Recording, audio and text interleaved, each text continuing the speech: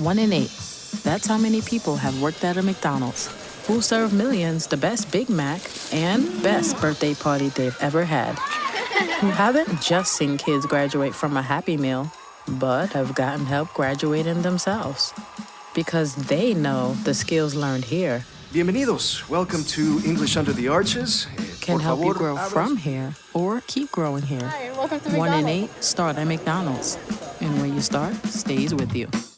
Today, Healthier is happening at CVS Health in more ways than you've ever seen. It's wellness destinations for seniors, including select locations with Oak Street Health and CVS Pharmacy. It's doctors, nurses, pharmacists, and everyone in between, offering quality care and support virtually, in person, and on the phone. It's in-home evaluations through Signify Health and meeting mental health needs through Aetna. And those are just a few of the ways Healthier is happening. To see more, visit cvshealth.com/healthier happens together. CVS Pharmacy, Oak Street Health, CVS Specialty, Signify Health, and Aetna are part of CVS Health. Eligibility and services vary by location and individual. Hey guys, Doug Maurice with a podcast for you guys to check out. It's called NIL Now. It's from Headline Studio and Reddit and our company. Lauren Sisler from ESPN, you've seen her on there, and Kevin Jones, former All-American running back from Virginia Tech, they host this once a week. They know NIL really well. We know it's changing college sports. So they talk about the best and funniest Reddit conversations that week about NIL. They look at the news, look at the headlines, and then they have a Q&A each week about NIL with players, coaches, NIL experts, and newsmakers. If you're interested at all in this, and you should be, I want you to check out NIL Now, once a week, wherever you find podcasts. You're listening to NIL Now, a podcast dedicated to the name, image, and likeness of today's college and high school athletes. So we're going to explore the crazy and wildly interesting world of name, image, and likeness. NIL Now, covering the latest sports business headlines and keeping you informed on the nation's top performers. This is NIL Now, where the stars of tomorrow are getting noticed today. It's the Wild Wild West, but we're wrangling it in. Presented by Headline Studio and Reddit. Here are your hosts, Lauren Sisler and Kevin Jones. Hello there, friends, and welcome back to another episode of NIL Now, a production of Headline Studio and Reddit. We're out wherever you listen to your podcast, so make sure you subscribe so you don't miss a beat. Later, we're going to speak to UCLA quarterback Chase Griffin, a two-time winner of the NIL Male Athlete of the Year at the NIL Summit. Can't wait for that one. Really looking forward to it. But first, we got to dive into some headlines with my friend, my main man, Kevin Jones. What's up, KJ? What's up, sis? Do you like how I change up my intro every day just for you? Yeah, I like that high octave that you just gave out there. I know you can dance, but you can sing now too? I can sing, but I can't sing well. Let's get this straight. NIL Headlines. So let's dive into this. Nick Saban making headlines once again. He obviously is very vocal about the NIL space, has been for quite some time now. And so he jumps on Stephen A. Smith's podcast called No Mercy. And the Alabama football coach had a few things to say about NIL specifically. So Saban told Stephen A. that the only problem he has with NIL is when people use it in recruiting. He added that it's a problem when people try creating a free agency market within the sport. And he said that the collectives have been part of that, right? So he says that the coaches and institutions are to blame for what NIL has become. So here's a quote from him. We encourage our players to have an agent to represent them for marketing purposes so they can develop opportunities. My issue is we have a collective where we raise money as an institution to create these things where basically we're paying the guy to play. And then he added to that with this clip here that I think, Kevin, you'll find very interesting. I want our guys to have an agent. You know, I want Bryce Young to go to CAA and have an agent get representation, do Dr. Pepper commercials. I'm all for that. That's what name, image, and likeness was supposed to be. Right. It wasn't supposed to be me going to give a speech to raise money from alumni so we could get enough money in our collective so we could pay players. That's not what it was supposed to be. Now, who's to blame for that? Coaches. We did. So is he saying we as in himself and his institution, or we as an industry? I'm going to challenge the listeners to listen to the whole clip, because someone on this show, I don't know if it was you, Lauren, or if it was Dean or somebody, cut the clip at 38. When if you listen a little bit longer to 39, 40, 45, he starts to fumble that answer a little bit. Stephen A. kind of, dove in a little deeper to ask him, well, what do you mean we? And he started to say, we the coaches, the institution. And then I didn't really understand if he was talking about, things that he knows specifically with we, or is he speaking more of an industry thing? But I think it wasn't so clear to me. So I would say, man, there's always been people saying that Alabama and these other big time SEC schools have been in this space before the space was the space. If you know what I mean? Space Jam. The space was the space before it was the space. Yeah, exactly. So yeah, we'll see. I don't want to go in too hard on Coach because, like I told you, I like Coach a lot. We had some wars. Well, he was coaching, I was playing, so it's a little bit different. But I'm pretty sure I was a thorn in his side a little bit. So I'm going to choose today not to go as thorny in his side with these comments. That's good. I like that. Yeah, Coach Saban, and I've been around him for several years. I've been really embedded in the SEC for the last 11 years, which is crazy to me. I just feel like I'm getting older by the minute here, dating myself, but being kind of embedded in it. And then of course, sort of knowing how Nick Saban operates, like, when he's got a message and he wants something out there, and he has talked about this, like, this is not a new topic and this isn't something that he hasn't addressed. But I think to your point, it's interesting how, Stephen A does dig a little deeper on like, okay, you're saying coaches, but like in what way? And I don't think there is a ton of clarity on what he means by that. And again, maybe that could go back to the drama that we had last summer when him and Jimbo Fisher went fisticuffs on all the NIL stuff, because obviously that was sort of when it was a little bit newer and less understood. And, I think he was firing off about like coaches specifically paying players in recruiting. And that's kind of what he's saying here. So he's essentially kind of pointing the finger and saying, look, we've created this mess and now we've got to figure out how to do it the right way. And so my one thing to you, Kevin, as someone that obviously works for Triumph and does a great job giving these student athletes opportunities, essentially talking about the collectives. And as a coach, you're not supposed to go in and raise money that's going to just go to these donors and these collectives to give our players money. So like, what do you say to that? Like, how do you feel like the collective can actually be a good thing versus maybe what he's saying about the collective creating some little bit of gray areas, if you will? Yeah, from the beginning, at Triumph NIL, we always cringe when we hear the word collective as it pertains to a description of us. We try to focus more on, like I said, the branding and the marketing and social media, building that personal brand for the athletes and trying to get them deals. While we do take donations from the donor base, it's still to not necessarily, that money can't just go to the athletes. We have to figure out how to operate a business, how to connect brands with athletes, throughout the country, local, national, and sometimes even international, and how to promote those things together. We can't just take the money and have it be pay for play.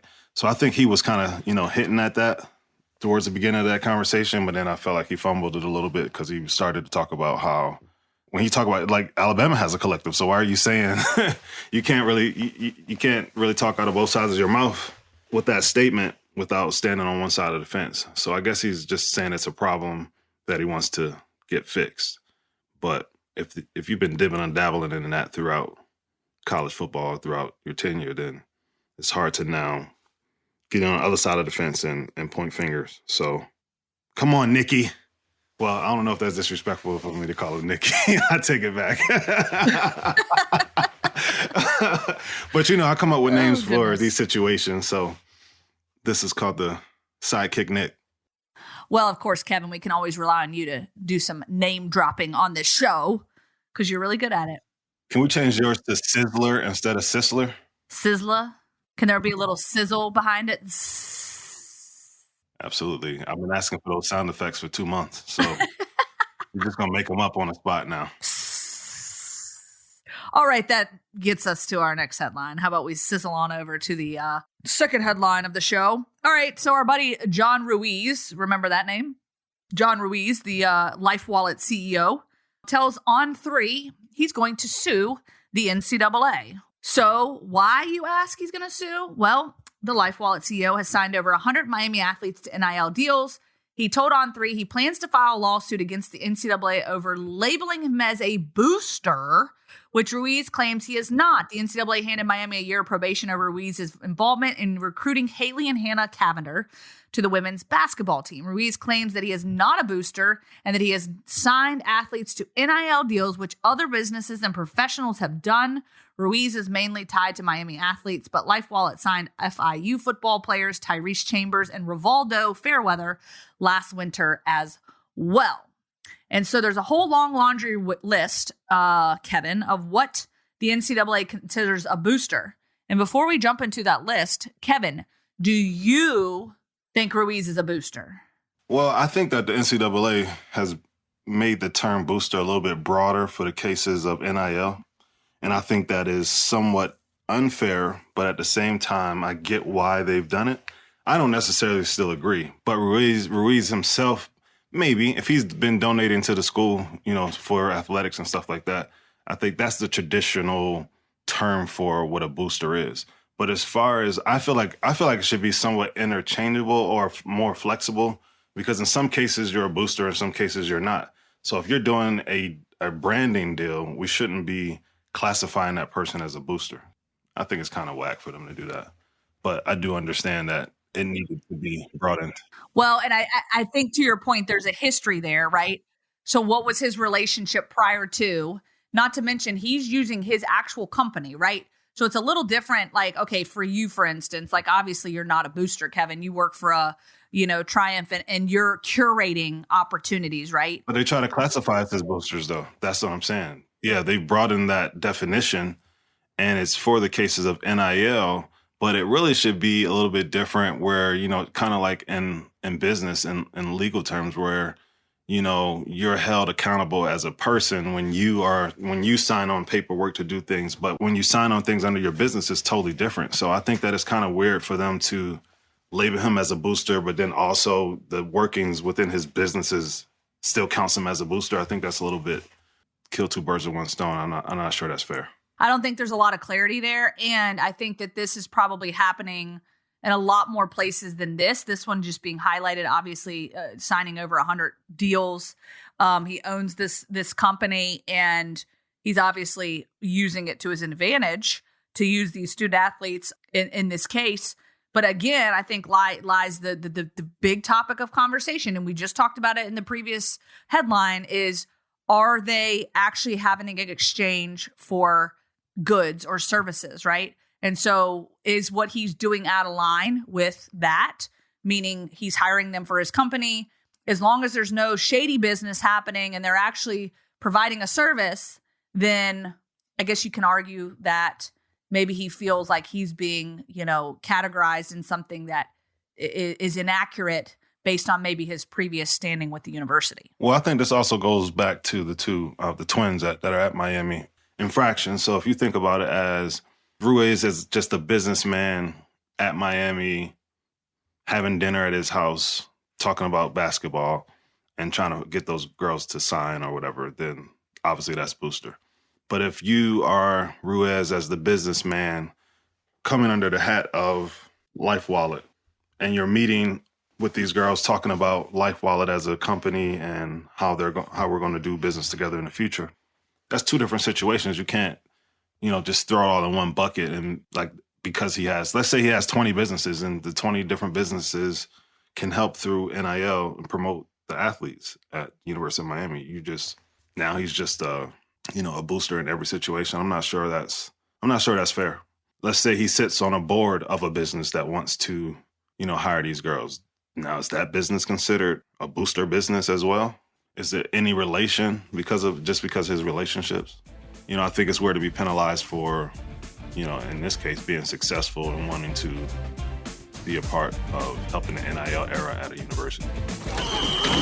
NIL Now with Lauren Sisler and Kevin Jones. If you want to learn more about name, image, and likeness, you need to go to The Source. The NIL Now podcast from Headline Studio and Reddit highlights the biggest storylines. NIL is not a cherry on top. It needs to be a part of these young men and women's future to, further their careers. You should be able to leave college with something. Subscribe to NIL Now on Apple, Spotify, Google, or wherever you listen to podcasts. Well, Kevin, all great points there. So let's bring in our good friend Bobak for our second segment of the show. As we always do, our good friend from Reddit to weigh in on some other stories that are surfacing.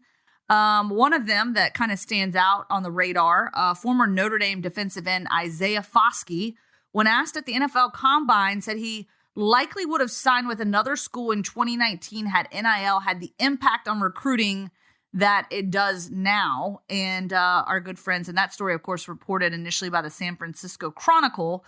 So give them some props there. Yeah, so Reddit kind of taken this one not lightly. It's kind of been fun to see some of their comments. What are your thoughts? What are you seeing on the Reddit channel that pops off to you?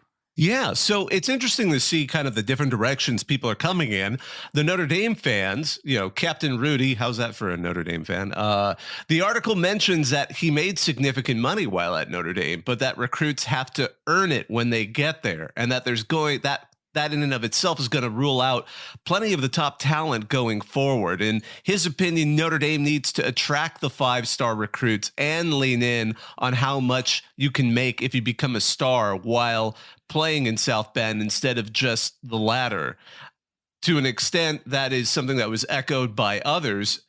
Frankly, it got into a larger discussion on what people were expecting to happen when NIL was introduced. Never Ending Debt wrote that this is the world we all wanted when we said the players needed to get paid for their work. We can't put this genie back in the bottle. Notre Dame fan John Delve C3 said it was always going to be like this, including poaching players in the portal and acquisition fees. The NCAA had shown no indication that we're ever going to set regulations on this stuff, yet people wanted to close their ears and think the sport would be better.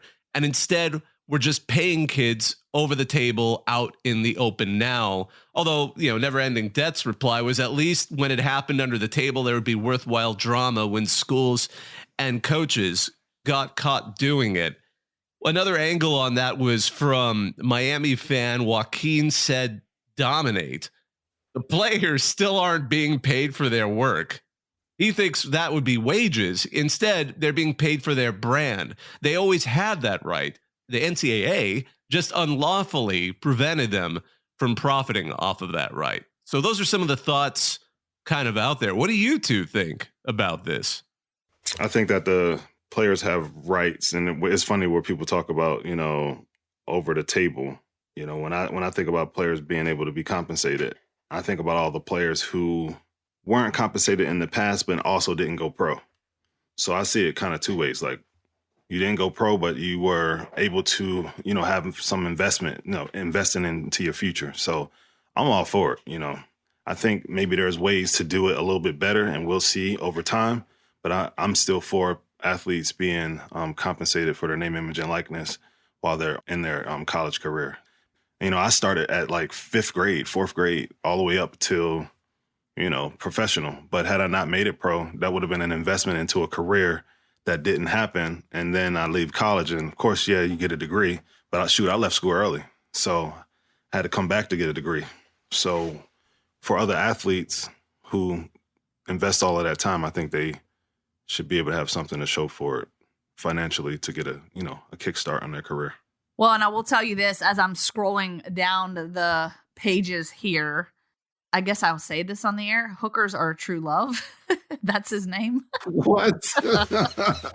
I'm not sure if I'm allowed to say that, but I'm saying it. I'm done. So he says, NIL is so stupid, not in the, quote, paying players sense, although I think that is stupid too, but in that this has zero to do with name, image, and likeness. I think there's people that just don't necessarily understand the purpose of name, image, and likeness. And to your point, Kevin, the fact that what they were doing before and all the sales and everything that's coming from their name, image, and likeness, like what that all encompasses. Like, does it seem like there's confusion to people, like what name, image, and likeness is now that it's been out there for 2 years? Some people still just don't get it. I think people still consider it. They're not using the terminology pay for play, but I think that's what they think the definition of it is. It's like, you're coming to the school because you got paid to go to the school. We're giving you money because you are an awesome athlete. And I think our show exposes that that's kind of far from the truth. It might be cases in some places, but when we look at, some of the people we've had on the show and we talk to them about what NIL means to them is totally different than what, I think a lot of people in the industry or, a lot of people, fans and stuff like that, think that it is. So if you just listen to our episode, you'll see that NIL is a little bit different than that. Yeah, and I think listening to the players talk about it specifically, it does give you a different perspective. And I think there is this perception that's out there as things have been publicized and talked about as to what name, image, likeness is, the corruption that's involved, how these kids are cashing in and this and that and, doing all these different deals and whatever. But the problem is, first and foremost, and we've seen this across various studies and things that have come out, it's not like the name, image, likeness stuff, like these kids are making millions and millions of dollars. Yes, there are a couple of outliers that are making that kind of money. But I still go back to what you guys were doing, Kevin, with Liz over there at Virginia Tech, women's basketball, like getting to do the cooking shows and different things like that. I just think it's cool because you're able to incorporate different things and aspects. It's not about just cashing a paycheck and saying, okay, go put your face on this poster or this Instagram ad and you're going to cash $10,000. There is work to be done, and really you're promoting not just a person and a brand, but also a program and giving people more access and more genuine access to these people than you would if it was just saying like, oh, we're going to go watch them play a game. You're actually giving them an opportunity to get to know these people. And I think it's a win-win on both sides for both parties. I think that accurate, but then I also think that the stuff that you said is not going on is also happening. So you have like the places that care about doing things the right way, that actually care about the athletes and the growth of the athletes like we do here at Tech, trying to get them to the next level of their career. But then you have, I'm not going to name which other places that are just not doing that at all. It's just like, hey, let's get this money in here. Let's keep this roster tight. And then let's go win a championship. Did you just do a Nick Saban? Yes. Well, he certainly wasn't talking about UVA. No. So some people are not doing it the right way, in which it's making it a crappy situation for others. Whereas I get what you're saying. Yes. Well, it's not even making a crappy situation. It's just both realities are happening. Like in business where you have people cheating and messing up with taxes, and then you have other people that's on time or early and doing things the right way. So I think that, the NCAA is, going to try to crack down on some of it that's not being done the right way. But there's definitely places out here that I'm seeing where these agencies, some of the collectives are making sure that activations and things are happening. They're out here making like actual brand deals and marketing deals, and the clients who would be like the customers and the athletes are getting the mutual beneficial pieces from it. So there's a mixed bag of things that's happening. So you're right, but you're wrong. And you're right again. Right and wrong and right again. I like that. Okay, so let me ask you this, Bobak, kind of jumping into something else that's kind of popped up, and an interesting conversation. Anxious to get your thoughts and sort of what highlights the Reddit feed on this one. So someone proposed the question of what college football fans expect college football to look like in 2028, maybe 2033. So we're kind of saying like 5-10 year plan, like what does this landscape look like? There's definitely some interesting responses, because I think that, if you rewind back to 5 years ago, 10 years ago, a lot of the stuff you could never predict. But I mean, isn't that the world we live in right now? Like there's a lot of things that look quite a bit different now, even just 5 years, 10 years down the road. Yeah, it was an interesting kind of conversation, and it was based off of actually one question that was asked in some mailbag for David Ubben at The Athletic, and somebody asked him similarly that question. Probably my favorite answer was actually his, because one thing he observed, it's like let's say how it might control he thought the transfer portal is going to go down in terms of the frequency of people moving, especially as NIL deals and other kind of collective deals start to put money in place. He says, like, imagine you're a guy who's getting $95,000 from a collective and you're about to enter your third year buried in the depth chart.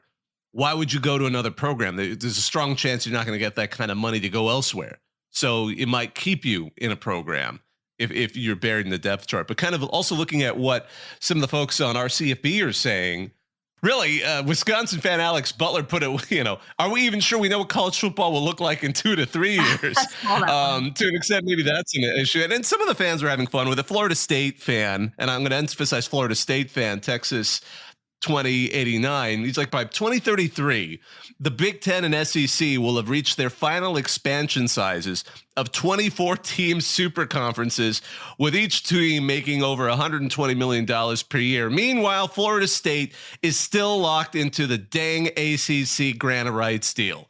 That's sort of what echoing the issues a lot of those Florida State fans have been happening. They've been rumbling a bit about how thrilled they are to not be in that conference. And of course, hey, Penn State fan Chubbs K-Gun said lasers. It's going to be just like normal football, but with lasers everywhere. TCU fan Bored at Work said y'all minds are going to be blown when they introduce Tesseract-shaped footballs in 2027. Filter Out TD and SMU fan said just wait for 4D football.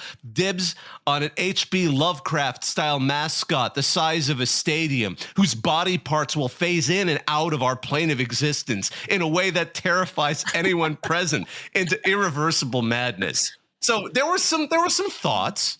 Wait, hold on, Bobak. First of all, real quick, hey, you're having a lot of fun with this, I can tell. Number one, you're loving this conversation. Number two, before you answer that, I need to know, what is a Tesseract-shaped football? What the heck is that? What's a Tesseract? It's like a complex shape of, like, do you ever see Interstellar? Like kind of at the end of that movie where they get stuck in a black hole into an infinite universe. It's kind of something like that. I shared the same facial expression as Kevin, because I think Kevin and I are both like, Well, and I have to add one last one. Ohio State fan Sorgi74 said, why are we looking now in the year 2525 if college football's still alive? Okay. No, it's a song. Am I that old? Really? Come on. Bobak is having so much fun with this segment right now.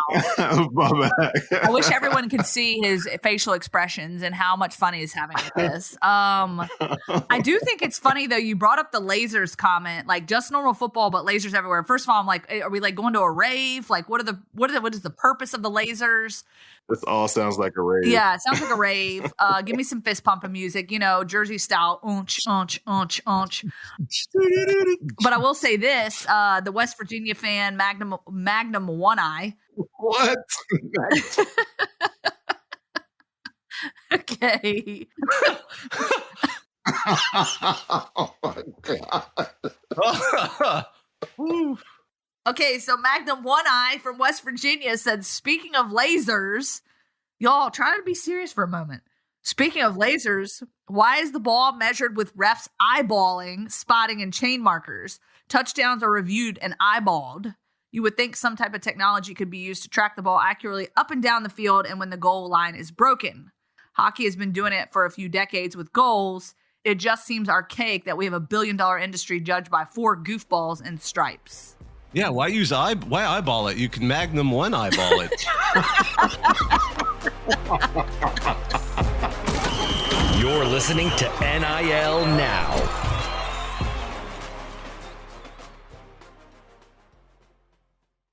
All right, now it is time for our third and final segment of the show, and I'm so excited about this because we are welcoming onto our show today Chase Griffin, the senior quarterback on UCLA's roster. Gatorade Player of the Year in high school, 2-time winner of a national NIL Male Athlete of the Year from Open Doors and the NIL Summit.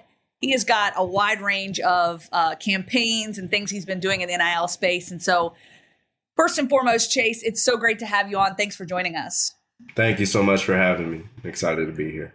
First things first, you've got quite a resume, obviously, on the football side of things and trying to navigate this world of education and all these different degrees you have. So give us sort of the resume. I want to have the Chase Griffin resume straight from you because you've got a lot going on here.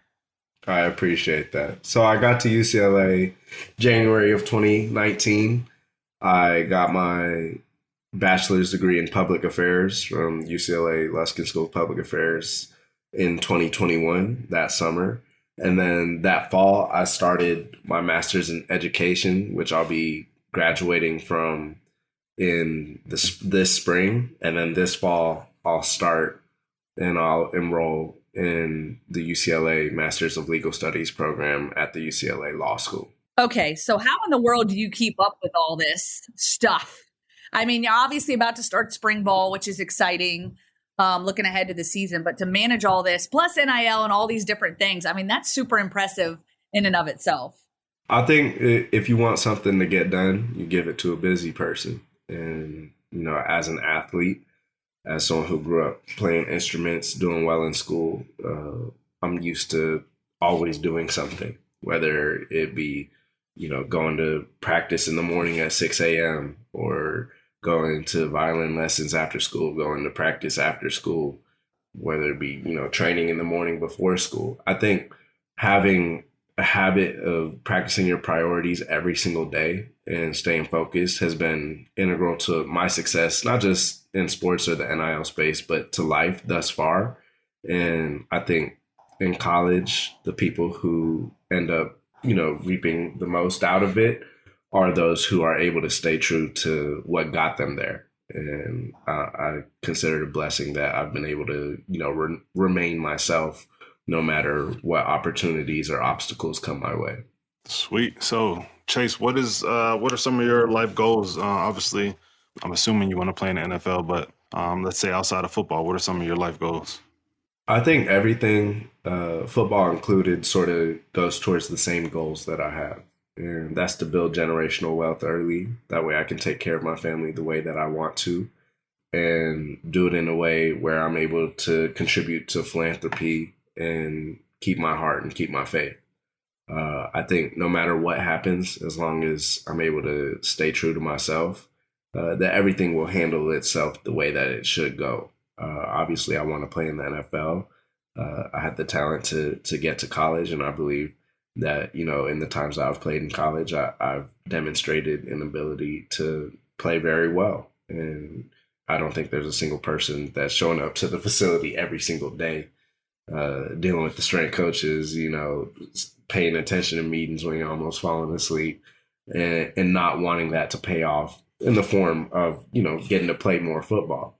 That being said, I've never been the type of person to rely on one thing to get to my goals.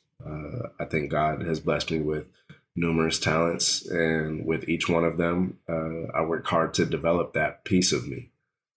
Off the field in NIL, whether it be on the production side or the content creation and talent side, I've built, a repertoire of tools over my experience in the branded space. And there's things I also want to help elevate in the space along with, my peers. I think right now, sometimes the media, in the way that it covers NIL, sometimes loses the point of focus of what's important in it. And at the end of the day, it is the storytelling of these college athletes that is very valuable in the space. And I'm using my platform now, especially with Uniworld and the NIL program, the NIL enrichment program that I have with them, to both bring more brand investment into the college athlete space, but more importantly, help the media tell the stories of these athletes. I think what you'll see off of this will be more brands investing into the NIL space, but also sort of for the first time, media being from the point of view directly from the athletes, being able to tell their stories to the public rather than having it be shaped by any type of program, coach, or anyone else. I think that's a very powerful tool when we look at the empowerment opportunity that NIL is, where if athletes are able to start telling their stories and educating each other, then you'll see more camaraderie and more of an uplifting nature of NIL rather than some of the scandals that we see based off what the media covers. What's the NIL enrichment program you're referring to?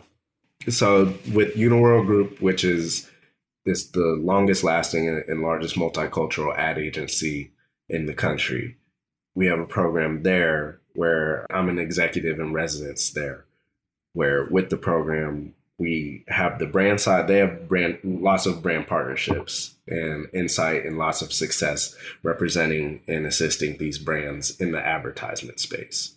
Now, if we merge that connection and that track record with the college athletes and a mission that is, well designed and has a good heart, then we're able to partner with both media and brand sponsorships to empower athletes and help tell their stories in ways that are both profitable to them in the immediate sense, but more importantly, set them up for a future where they not only are educating their peers, but they're able to tell their stories in ways that are authentic to them. All right, so what are some of the brands that you've been working with that you've enjoyed the partnerships with? So my first brand deal was with Degree. It was really amazing for me to start out in the NIL space with a brand like Degree, just because they are a number one in their space and they're a household name. I think everyone going into NIL didn't really know how it would go, who would get deals. Was it only just the Bryce Youngs or the guys at Clemson's who would get those types of deals? But at the end of the day, it came down to my ability to market myself as a storyteller and having a story that brands wanted to align with.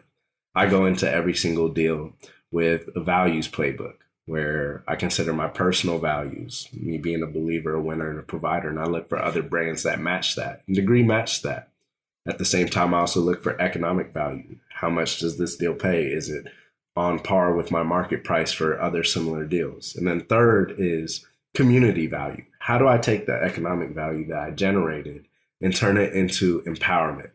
I'm proud to say that from our partnership with the LA Food Bank, we've raised over $22,000, which is translated to almost 70,000 meals for children in the LAUSD school system who rely on subsidized lunch. And that was really important to me just because I grew up in a town and had teammates that helped me get to UCLA where them and their families and their brothers and sisters were on either free or subsidized lunch.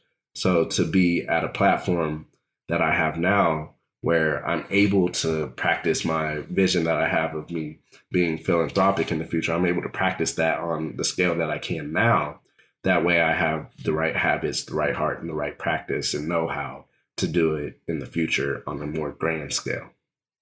Dang, I don't know. First of all, Degree, everyone needs some deodorant, right? So that's a universal thing.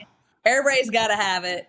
That's good. But number two, I just love your thought process. And I love the values playbook thought, because I do think it's so important, as you said, to empower people to go into these deals, obviously go into this space, A, with the proposition, but B, holding true to their values and knowing what's important to them and how that aligns with these particular brands, because not every brand is for everyone. And I think that when you're developing these different relationships and partnerships, it's so important to use that. And as someone in media, obviously, but I would say one of the biggest things I take from my job and I take very personally and take very seriously is the storytelling aspect and going out on the field and telling the stories of the athletes, the coaches, the fans that make it more than a game.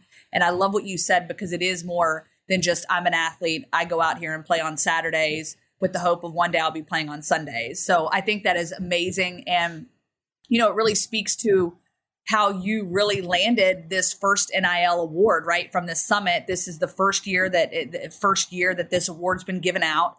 You get crowned over several high-powered athletes, like you mentioned, the Bryce Youngs and the ones that have, generated a lot of, success as well in the NIL space. But I think it's worth noting you becoming that first one have really set the stage and the tone for what people can expect kind of going forward. The other thing, I guess, I'm really curious to know, you talk about the philanthropic side of things and how important that is. And Kevin works in this space a lot with Triumph NIL and what he does with his student athletes at Virginia Tech. And it is telling a story. And I think from a philanthropic standpoint, how do you believe the NIL space can really feed into that philanthropic side of things? Because there is the price tag, there is the money, there is the exchange for goods and services, but also you're doing so much more than that. And it's not just all about the bottom line price tag. Absolutely. I think it's not really up to me to tell another adult or a young adult what to do with their money. So if there are people who, with their NIL, are saving all of it and practicing, safe money habits, I have nothing wrong with that. In fact, I have a partnership with JP Morgan Chase where part of it is helping to enrich others' lives, especially college athletes, by helping them practice safe money habits. Because in the long run, that's the most valuable thing you can learn while you're in college. as far as the philanthropic side, it depends on person to person. I think often we forget when we talk about NIL that it is name, image, and likeness of that individual. The NIL for Chase Griffin is going to be based off of me, just like the NIL for Kevin is going to be based off of him and his values. I think people who have a giving heart and a heart for philanthropy and also a know-how and partnerships with infrastructure where they can best utilize whatever resources and platform they have to help people on a larger scale are going to see more of an impact made. That was part of the reason why I seeked out the LA Food Bank. I grew up serving at the Round Rock Serving Center back home, about 20 miles northeast of Austin. And I saw the impact that that food bank had on the community. And while I was out here, I wanted to find a cause that was near and dear to me, but also one that I knew was extremely capable. That, you know, as a college athlete, as a college student, I don't have the millions to be giving that, you know, God willing, I have in the future. But that doesn't mean I can't give, and that doesn't mean I can't have an impact. So I wanted to find a partner that could maximize my impact. And initiatives like Be the Match, which is one of the best bone marrow registries out there, or partnerships like the LA Food Bank, have helped me use the dollar amounts that I'm able to safely give now and maximize those in return for those that I'm trying to serve. Hey, Coach Thump said you got plate pushers tomorrow, so make sure you rest easy tonight. I wouldn't even be surprised. Hey, look, it's right here. I'm telling you. You got to give us the backstory then, this Kevin and Chase. What's the backstory on you two knowing this coach? Oh yeah, well he was my teammate in the league, yeah. So yeah, and then I know him. He's my strength coach. He's the strength coach there now. Hey, so you know, we hear about like the, you know, some of the accolades, some of the things you like to do, like, and that you want to do for, you know, feeding people and philanthropy and things like that. If you had to sum it up in a sentence, who was Chase Griffin? I think my Believe brand sort of encapsulates it well, or how I sort of frame it, where I consider myself a believer, a winner, and a provider. As far as being a believer, it's what's most central to me, my faith and my belief in God, my faith in Jesus has carried me my entire life, and being able to see how that faith has carried me through things that I considered obstacles, and now looking back were really opportunities and stepping stones. I would not have changed anything in my journey. And I know that's easy to say, you know, at 22, but God willing, I'm saying the same thing at 80. And then as far as being a winner, I try to win every day. I think a lot of people have more opportunities than they realize. But when you have a mindset that allows for you to see everything as opportunities to win, I wake up every single day more energized about making things happen rather than having to do things. There's probably some people that would, you know, just try to do their best or try to do well on this interview. I'm trying to be the best interview y'all have ever had.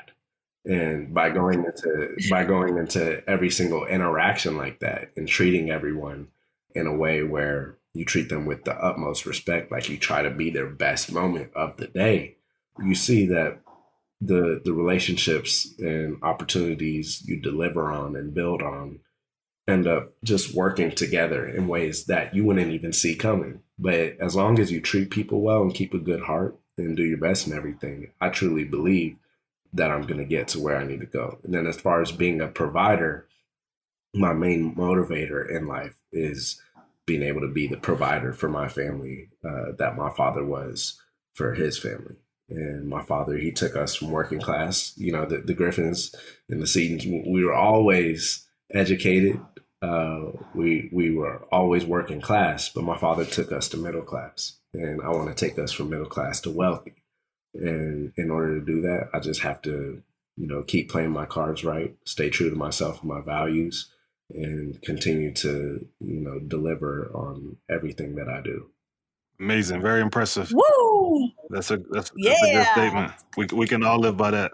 That's really good. I love that. Chase, this was super informative. I just love what you're doing. And again, just talking about the philanthropic side of things, it's different for everybody, but just kind of looking at the resume and giving back some of your NIL earnings. But really, again, it's also being front and center and being in front of these partnerships and also just kind of being the face of it, whether it's giving your time, just giving your expertise, obviously your experiences. I think that all falls into that same umbrella. And I just think it's amazing. And again, giving over $22,000 in NIL earnings to your community there in Los Angeles and your hometown of Round Rock, Texas is amazing. And then, of course, winning the first NIL Male Athlete of the Year at the for the NIL Summit, and that to me is just speaks volumes to what you're building and what you're sharing with people around you. So again, thank you for this opportunity to chat with you. We'll definitely keep an eye out and see what you got going on in the future, and would love to maybe get you back on the show down the road as you continue to build this amazing platform that you've created for yourself and for those around you. So. Of course, you can follow Chase Griffin on Twitter and Instagram at ChaseQB11. And we appreciate your time on the show. Thank you so much for having me. Thank you, Lauren. Thank you, Kevin. I really enjoyed it. Thank you. Hey, I'm a Hokie, but I guess I can root for the Bruins a little bit, man. Yeah, I appreciate it. I love it. All right. And of course, you can follow Chase there. As I mentioned, ChaseQB11. You can also follow us on our show, NIL Now Show on Twitter, on NIL on Reddit. Tell a friend. Let us know what you think. Subscribe to the show. We'll have some great clips from this interview out on social media. And of course, thank you to Bobak, Kyrie, and the Reddit college football team for their help. And a big thank you to the rest of our team, Colin Schmeling, Dean Zolkowski, and our executive producers, Richard Diamond, Selena Roberts, and Scott Roeder. Until next week, peace. Thanks for listening to NIL Now, presented by Headline Studio and Reddit.